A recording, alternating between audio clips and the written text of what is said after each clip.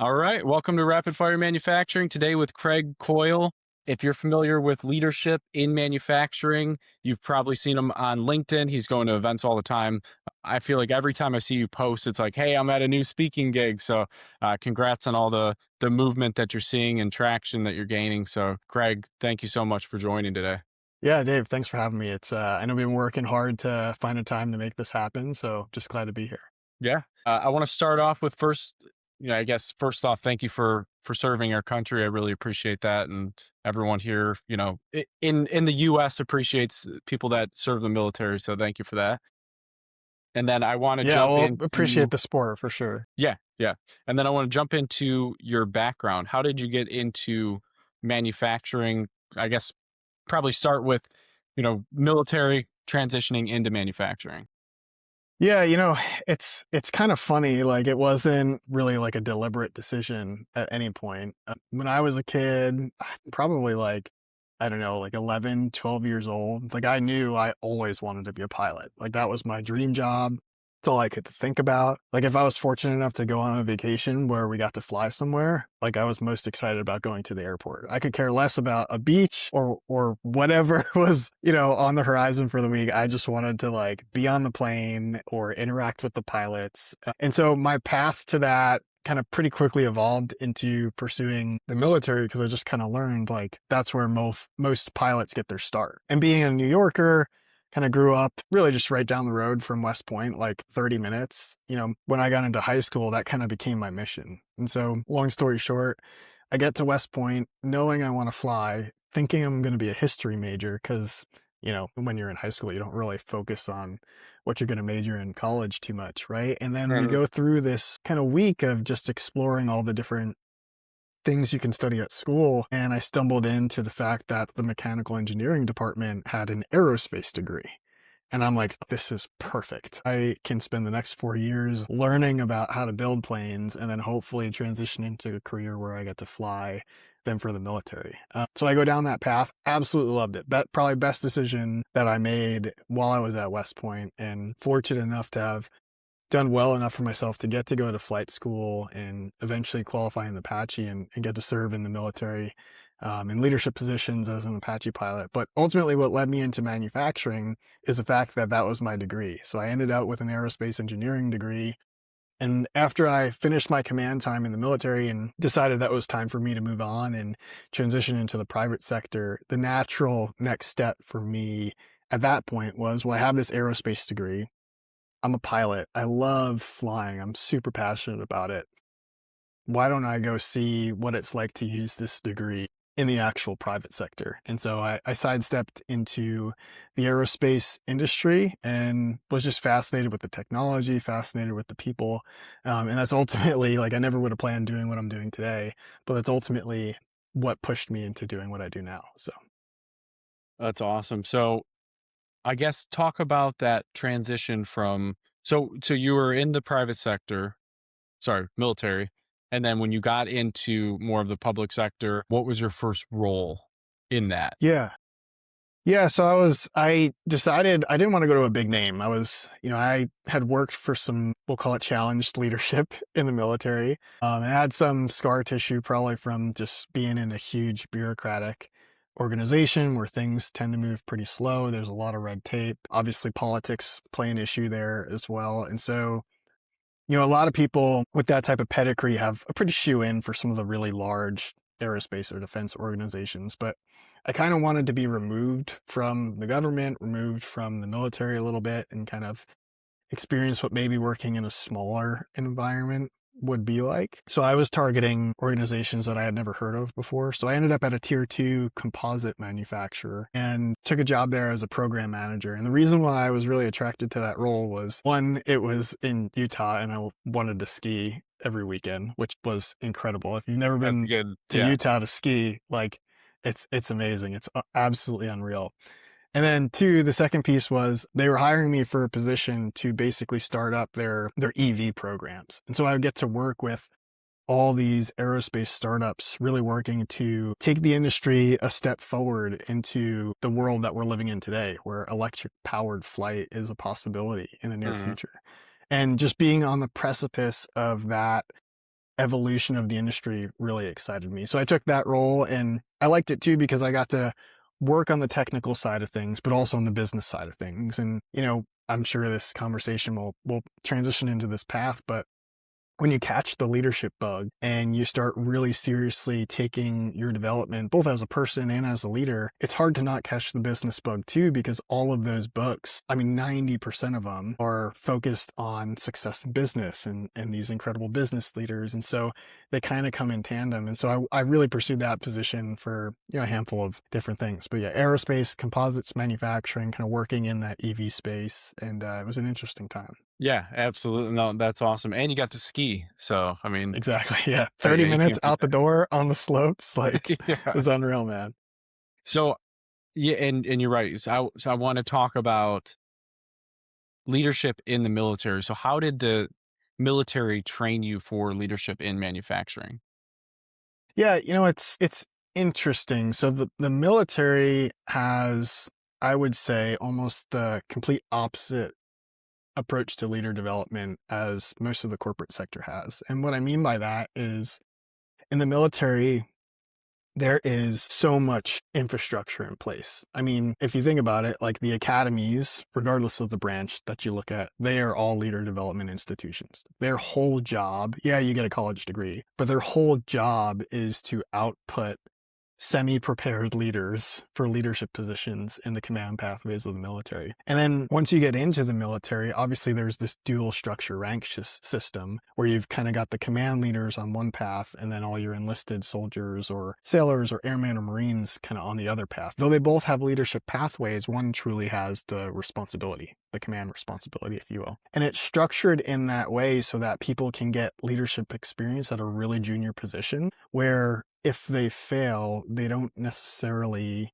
the consequences aren't as great, if you will, right? So it creates room for learning by doing in positions where the stakes are still real, but the consequences can be mitigated a little bit. Whereas if you think about the corporate sector, it's almost the opposite, right? Usually there's a little bit of training, teaching, some sort of curriculum around trying to develop leaders, but there's very rarely any infrastructure around it. Right. And so it's, hey, you're going to be a leader tomorrow. Here's a class I want you to watch to prepare you for it. Or here are all the management duties that you need to start doing so I can do my job. And I need you to do all these and get them to me by XYZ time each week. So kind of what I saw when I transitioned into that aerospace facility was, well, all of these leaders, like, they know what they should be doing and they know what they need to do in order for the managers to do their job.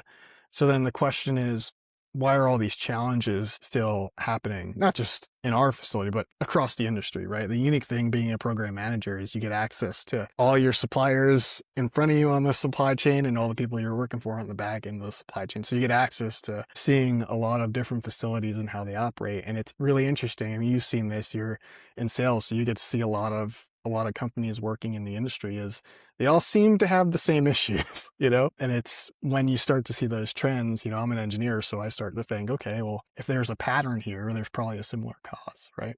Yeah, no, absolutely. So there's a lot that we can learn from military leadership and pathways and structure in business, correct? Absolutely. Yeah. I think, one of the things that a lot of people in the military don't realize is the military is not really good in terms of leader development of teaching why some of the systems and processes we have in place exist. So a quick example, like in the Army, as you're going through your leader development, you learn this process called the troop leading procedures. And it's essentially a process for receiving an order or a mission and then planning out your component of that mission, distributing or communicating that mission to your team, and then transitioning into the execution phase of executing that mission with your team. Now, we are taught rote memorization, right? What the troop leading procedures are, how to go from one step to the next, exactly what that should look like. But we're very rarely taught the intent behind it. And it usually isn't until military leaders transition into the corporate world and start to reflect on why certain principles are in place within some of these military leadership processes that they start to realize, like, wow, this could be so useful in this environment, or this could be so useful in this environment. Whereas in most corporate environments, things tend to be so task focused that, and quite honestly, the consequences are usually not as significant, right? So there's less, we'll call it, what's the word I'm looking for? There's just less consequence behind having to have the right forcing functions in place. So yeah, I think there's a lot of balance there, but there's so much we can learn, from the military, especially successful militaries, right? You don't really study unsuccessful militaries, but successful militaries that have proven to be successful and are operating using processes and systems that allow them to be successful time and time again in different industries, in different eras, in different battlefields. I think those are the things you want to study. And it's the same principles in business, right? We want to study businesses that are successful, not businesses that kind of fall under. Yeah, absolutely. It reminds me of something. I think it was actually Jocko that was talking about it, but he acted as a translator between some of the infantry men and then the acting leadership too, because there was a lot of disconnect. They're like, well, we don't know why we're doing this, we're just going to do it. So he was kind of translating. Do you think that's common in business today as well? It's sort of there, we understand the direction, but we don't know the purpose behind the direction, and then you're kind of disconnected between leadership and, just, I'm trying to think of the word. What's the Yeah. other people at the company, I guess. Yeah, like the disconnection between we'll call it executive or senior leadership in the front lines, right? It's something I talk about all the time because quite honestly, there's a huge gap between the strategy senior leadership creates and the ability to execute that strategy as it's intended. And at the end of the day, really the bridge between strategy and execution is communication. And that's why the military uses a mission statement framework. So, this is kind of one of my main talking points with organizations is I think there's been so much that's gotten lost in translation from the military with this concept of the mission. Because when you think about it in the corporate world, what is a mission for a company, right? It's this cool, sexy brand statement that we put on the wall or put on the back of our ID card, right? That nobody Yeah. remembers. It's probably way too long. And it's really just meant to make the leadership feel good about what they're doing and everything, right? Because we probably did this on a retreat somewhere. The leadership probably can't ever recite it, so it's not doing any good for anybody. That's not how the military uses the mission. The military uses the mission, it's simply a task and a purpose. And that task comes from a list of clearly defined tactical tasks in regulation that actually have clear definitions. So for example, as an Apache pilot, I might receive a mission to destroy the enemy on an objective. Well, that term destroy means that I have to essentially take out over 50% of the enemy armored assets on that objective. Like it is very, very clear. It's like very objective, right? And then you tie that to a purpose. But the unique thing about the mission statement framework in the military is it scales. It's meant to be nested within all of the organizations from top to bottom. And so a battalion commander might receive a mission from brigade, and then he has to then plan that mission and distribute missions to each of his companies. And then each company commander receives a mission from the battalion commander. They all have to then go through those troop leading procedures, plan their mission, and distribute their mission to each of their platoons. And I think the disconnect that happens in the corporate world is we do all this great planning at the strategic level with all the senior leadership, but we don't really have the infrastructure in place and the processes in place to streamline the communication all the way down to the front lines so that everybody, it should be like a great symphony, right? Like each musician should have the sheet of music so that they know exactly what note to play at which time, so it sounds like a beautiful piece of music. But the problem is that rarely happens in our organizations. And so we lose so much efficiency, so much engagement, to be quite honest, because the purpose isn't filtering through either.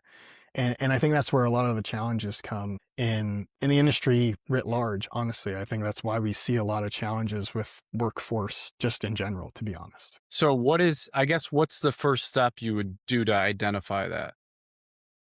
Identify what specifically? I'm sorry, any structural gaps like that or inefficiencies, like, is there a roadmap that you take to sort of get them towards a more structure, I guess a better structure similar to the military? Yeah, I think, well, one, you like, there has to be a desire for improvement. I think that's the first step. You can't help someone improve an organization that they don't think needs to be improved. So that's the number one thing I'm looking for if people come to me asking for help, is they should be coming not looking for validation, but looking for like an honest desire to say, hey, we believe we can get better. How can we improve? I think the second piece is how, like, do we have some sort of data, or are we measuring somehow the areas that we want to improve? Because just like with the GPS, right, you can't get to where you want to go if you don't know where you currently are. And so sometimes I'll help organizations with that. Most of the time, what I want to look at, because I believe that quality, safety, and production are all downstream of engagement, right? If you don't have an engaged workforce, chances are they're going to make worse products. They're going to have more safety issues, and they're probably not going to stay around as long, right? So, like, I think engagement is the core. And so the big question then is, well, how are we measuring engagement? I think one step before engagement comes the quality of your leadership. Because leaders, I think at the end of the day, their number one job is to provide the clarity, direction, and purpose that makes somebody want to show up each and every day and commit to the work that they're doing and feel like they're a part of something bigger than just themselves. I think that's how you create engagement. And so what I'll walk through with organizations is not just let's develop leaders for the sake of developing leaders because everybody thinks that leaders need to be developed today. No, this is a strategy in order for you to create a better organization that's going to have better leaders, that's going to create more engaged teams, that's going to produce more longevity and commitment from those teams, which in turn is going to create an organization that has better performance metrics, better quality metrics, and better safety metrics. So if we can tie this all to a means for creating a better organization that's going to sell more parts, create more parts, and ultimately grow and be a better place that everybody wants to be a part of, well, then it's a no-brainer. But we have to figure out where to start. So, yeah, no, absolutely. And it sounds like a lot of that is at the executive level where, hey, we need to get together and really define and I guess simplify our message. Because, like you said earlier, there's a lot where it's maybe a really long mission statement and it's not well defined, right? So it's getting together and simplifying the message and making sure all leadership is aligned too before presenting it. Is that accurate? Yeah, it's interesting. Change very rarely starts at the bottom of an organization, right? Usually some form of change has to begin at the top, but it doesn't go anywhere if there isn't buy-in from the bottom. And so you're 100% right. I mean, I think communication it's the leader's responsibility at the end of the day, right? And the quality of a frontline leader is going to be determined by the quality of every single leader on the chain above them. And so, yeah, it starts with senior leadership. It starts with realizing how we communicate and the systems we design to ensure what we're communicating reach the intended user of whatever we need to tell them. That, I think, you're right, is the first step. And you're right, we overcomplicate it sometimes. There's a great business leader out of Nashville that I follow. His name's Donald Miller, famous for this concept called the story brand framework, which is a marketing framework. I like to talk about it in terms of leadership all the time. If you aren't communicating a message internally inside of your organization that doesn't make the person on the front lines of your organization the hero of a story or feel like they're part of a story, well, guess what's going to happen? They're going to clock in, they're going to clock out. And when Susie from down the road calls and has 50 cents more an hour, what do you think they're going to do? And, 90% of organizations in the industry can't play this commodity game for talent anymore. They're priced out of it. They're never going to be able to compete with Amazon. When I was in aerospace, we weren't losing composite technicians to competitors. We were losing them to McDonald's and Amazon. Wow. So that's telling, right? There are things that we can be doing. And you could look at Maslow's hierarchy and the answer is right in front of your face. It's not the basic needs of an employee that people are deep down looking for. They're looking to be a part of something bigger, and they'll sacrifice $1 an hour in order to be in a place that when they wake up on Monday morning, they want to be a part of. And so you're right. It starts with how do we figure out what is that message and how do we communicate it simply each and every day in a way that it reaches the hearts and minds of the people within our workforce. And then two, leadership isn't just about making an inclusive environment that people want to be there. Leaders are in charge of creating business results at the end of the day. So you have to be able to do it in a way that engages your organization in a positive fashion that makes the business a functioning, profitable business. Yeah. It reminds me of the company Hadrian, Okay. if you're familiar, and I'm even not, like no. space. Okay, so they're a big aerospace company, but even like SpaceX, like Yep, you create this environment where people are like, there's a mission beyond just clocking in and clocking out.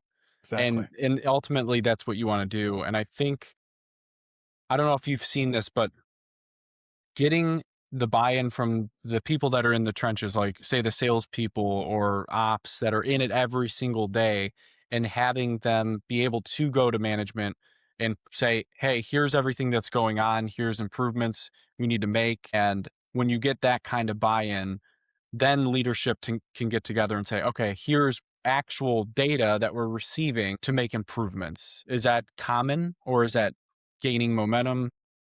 Yeah, I think that's when you're at a very healthy, efficient organization, that's when you start to see this positive two-way stream of communication, right? It's bottom-up refinement, it's top-down refinement. It's, hey, this is what we're seeing on the front lines. This is what we think would be good. Okay, but here's a senior leader perspective, right? And there's this positive back and forth. But in most organizations, it's just top-down, right? Fist in your face, this is what you're going to do. And then I think as you evolve, you start to get that positive flow from up, but not necessarily an environment where the floor or the front lines is totally ready for that communication back down. And so it takes time to evolve until you see this really, in aviation, we call it positive two-way transfer, right? But yeah, you're totally right. I think that the gold star that every organization should be striving for is to be able to have that two-way communication where there's bottom-up refinement, but then there's also this willingness to hear what senior leadership says in response to that. And then even when things aren't perfect, right, that's where compromise comes in. And we believe that as long as our senior leadership hears us and we believe they hear us, we know without a doubt that they're going to make the best decision with the information that they have. And we did our part because we gave them the information that we have and that we believe they need in order to make the best decision that they can. That's awesome. Yeah. Would you say two-way? Two-way transfer communication. Okay. I like that. Aviators say two-way transfer of the controls, right? So do you blend that within your leadership training too? A lot of aviation terminology and stuff like that. So I feel like things when you have a term or a label, it's easier to connect with it and build on that idea.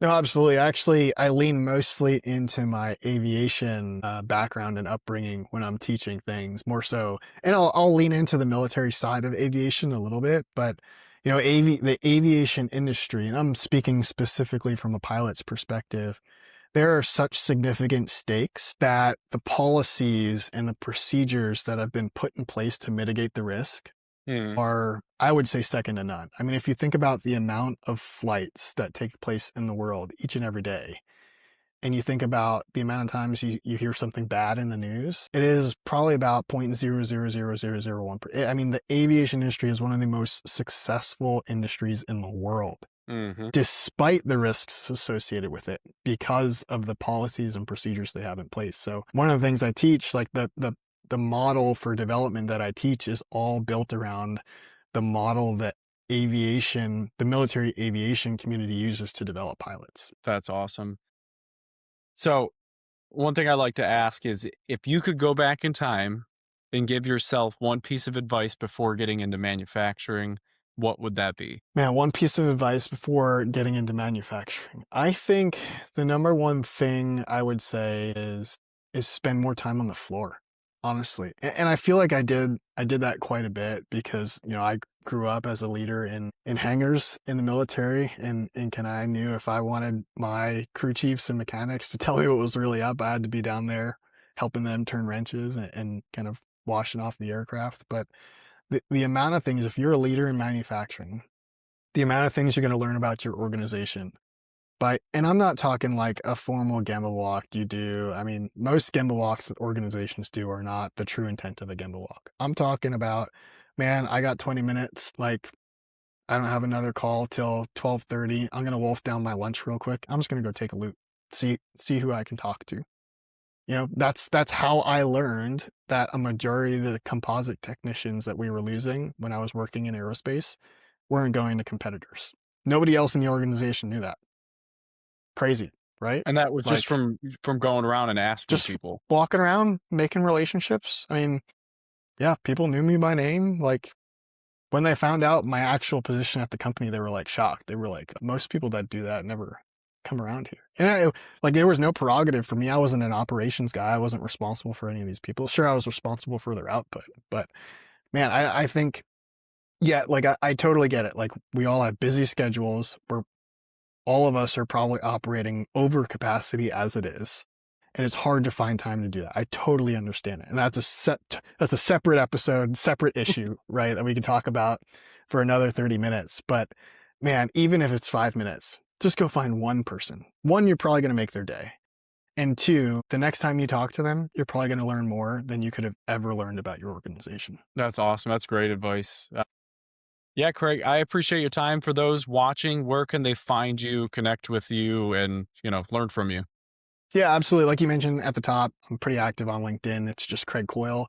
Or you can come check us out at operationlead.com. Plenty of resources available. We got a podcast as well, the Frontline Leadership Podcast. So we'll have to have Dave on at some point. That'll be fun. But Awesome. I appreciate your time. yeah, thanks, Dave. Sweet.